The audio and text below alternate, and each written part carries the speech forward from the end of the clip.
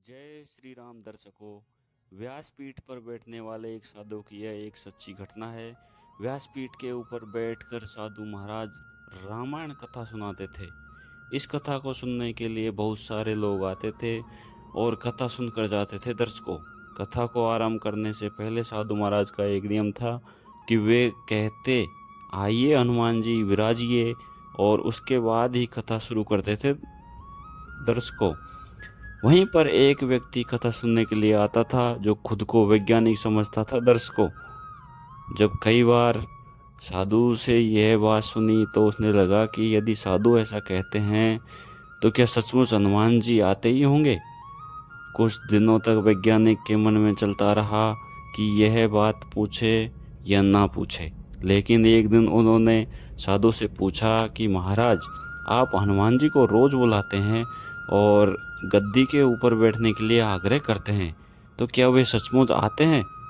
उसके बाद साधु ने कहा कि हाँ, जब राम कथा होती है तो हनुमान जी आते हैं और राम कथा सुनने के बाद ही जाते हैं।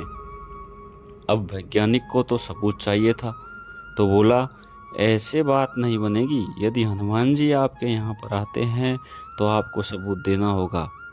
हम कैसे मान ले कि हनुमान जी यहाँ पर आते हैं। उसके बाद साधु ने कहा कि आस्था और विश्वास को सबूत के साथ नहीं तोला जा सकता है। यदि आपको हमारी कथा पसंद नहीं आती है तो फिर मैं बंद कर देता हूँ, या फिर आप यहाँ पर आना बंद कर सकते हैं। लेकिन वह वैज्ञानिक इस बात को कहाँ पर मानने वाला था।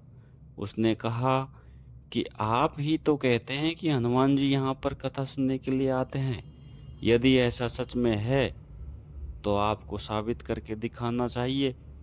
इस प्रकार से दोनों के बीच खूब विवाद हुआ और इसके बाद साधु मान गए और उन्होंने कहा कि इस गद्दी को आपको आज घर ले जाना है और उसके बाद वापस लाना है। गद्दी को मैं यहाँ पर रखूँगा और हनुमान जी को मैं यहाँ पर बुलाऊँगा। उसके बाद यदि तुम इस गद्दी को उठा पाए तो इसका मतलब यह होगा कि हनुमान जी आए, और यदि नहीं उठा पाए तो इसका अर्थ होगा कि हनुमान जी आए हैं।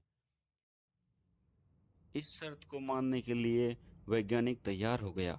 उसके बाद दोनों ने अपनी शर्त रखी। वैज्ञानिक ने कहा कि यदि मैं गद्दी को नहीं उठा सका तो वैज्ञानिक पद को छोड़कर आपसे दीक्षा ले लूँगा। और संत ने कहा कि यदि हनुमान जी नहीं आए तो मैं आपके यहाँ पर चपरासी करने लग जाऊँगा।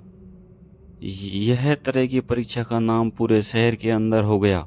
जो लोग कथा सुनने के लिए नहीं आते थे वे भी आज देखने के लिए आए थे।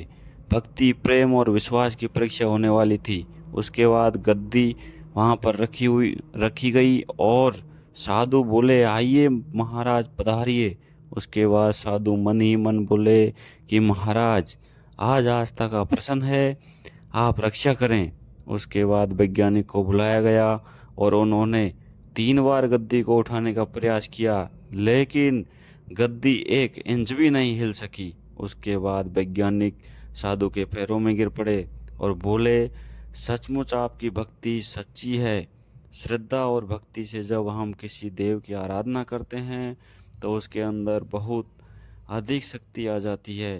तभी तो कहा गया है कि मानो तो देव, यदि नहीं मानो तो पत्थर। जय श्री राम। आज की कथा को यहीं विराम देते हैं। अगर ये कहानी आपको पसंद आई हो तो ये चैनल को सब्सक्राइब कर लेना।